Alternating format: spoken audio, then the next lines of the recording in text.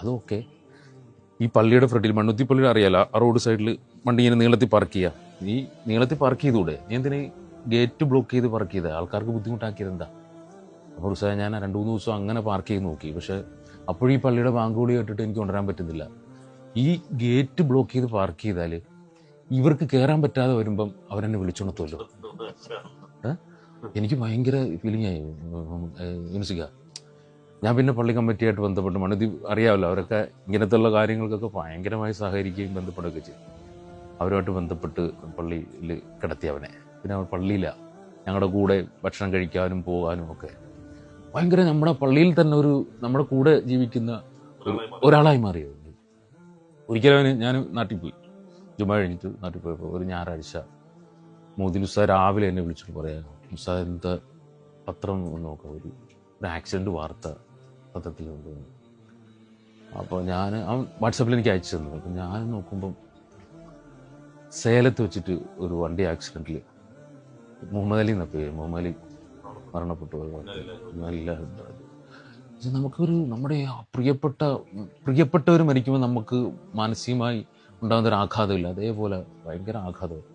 ഞാൻ അവിടെ നിന്ന് തിരിച്ചു വീട്ടിൽ വന്നു, പള്ളിയിൽ വന്നു, വീട്ടിൽ നിന്ന് പള്ളിയിൽ വന്ന് നമ്മൾ സുഹൃത്തുക്കളെല്ലാവരും കൂടെ, ഉസ്താദ്മാരും മഹല്ല് ഭാരവാഹികളും ഞങ്ങളെല്ലാവരും കൂടെ ഒരു വീട് അന്വേഷിച്ചു പോയി. അപ്പോൾ ഇത്രയും നാളത്തെ പള്ളിയിൽ താമസവും പള്ളിയായിട്ട് ബന്ധപ്പെട്ട് അവിടെ ചിരപരിചിതനായി, എല്ലാവരുമായിട്ട് നല്ല ബന്ധമായി, നല്ല സുഹൃത്തായി, നല്ല വിനയം, പക്വത, താഴ്മ, നല്ല രസമാണ്. അങ്ങനെ ഇവന് വീട് അന്വേഷിച്ചു പോയി. അന്വേഷിച്ചു പോയപ്പം ഈ കുഴൽമന്നത്തിൽ എന്നിട്ട് ഇങ്ങനെ ഒരാളെ ചോദിച്ചിട്ട് ആർക്കും അറിയില്ല. അപ്പോൾ ഞങ്ങൾ കുറേ നേരം ഇവിടെ നിന്നപ്പോൾ ഒരാളെന്ന് വെച്ച് എന്താ ഇവിടെ നിൽക്കുന്നത്? അപ്പം ഇങ്ങനെ ഒരു ആക്സിഡൻറ്റ് മരണം സംഭവിച്ചാൽ ആ വീട്ടിൽ വന്നതാണ്. അപ്പോൾ തോലന്നൂർ എന്ന് പറഞ്ഞ സ്ഥലത്ത് ഒരു മരണം നടന്നിട്ടുണ്ടെന്ന് പറഞ്ഞു. അപ്പോൾ ഞങ്ങൾ തോലന്നൂരിലേക്ക് പോയി. ഞങ്ങൾ അന്വേഷിച്ചൊരു വീട്ടിൽ ചെന്നപ്പോൾ ചെറിയൊരു വീട്, ആ വീട്ടിൽ ഒരു പ്രായമായ ഒരു ഉമ്മ വിളിക്കുന്നത്. അപ്പോൾ ഞാൻ ഇങ്ങനെ ചോദിച്ചു, മുഹമ്മദ് അലിയുടെ വീടാണോ എന്ന് ചോദിച്ചു. അപ്പോൾ പറഞ്ഞു, അപ്പോൾ ഉമ്മ കരഞ്ഞ് അങ്ങ് മനസ്സിലായി. അപ്പോൾ ഞങ്ങൾ കയറിയത് ചെറിയൊരു വീട്. അവിടെ അവൻ്റെ വല്യമ്മയുണ്ട്, അവൻ്റെ ഉമ്മയുണ്ട്, അവൻ്റെ ഉമ്മയുടെ ജ്യേഷ്ഠത്തിയുണ്ട്, ഭാര്യ, ഇത്രയും പേര് വിധവകളാണ്.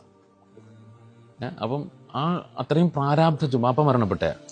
അപ്പോൾ ഒരു ദിവസം മണ്ണുത്തിപ്പള്ളിയുടെ പെയിൻ്റടിക്ക് വേണ്ടിയിട്ട് ഒരിക്കലും ജുമായ്ക്ക് ഇങ്ങനെ സഹായം നടത്തുന്ന വെച്ചപ്പോഴേ എന്നുവെച്ച പുസ്തകം ആദ്യം 10-100 നോട്ട് എൻ്റെ കയ്യിലെടുത്ത് 1000 രൂപ എൻ്റെ സംഭാവന ആയിരിക്കും ഉസ്താദ് ആദ്യം.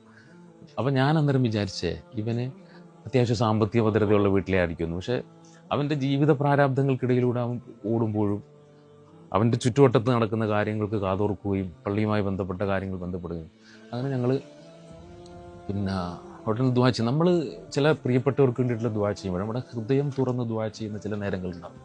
ചില മനുഷ്യരുടെ ഈമാനികമായ ജീവിതം നമ്മളെ